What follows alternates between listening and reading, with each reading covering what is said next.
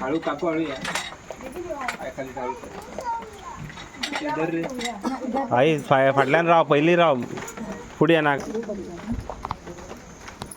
गडबड गडबड करतो मागीर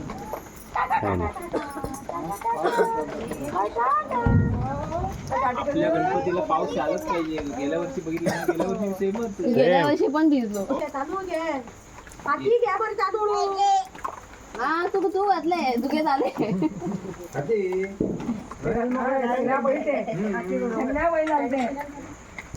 कशा स्नेहा माशाचे फाटला ना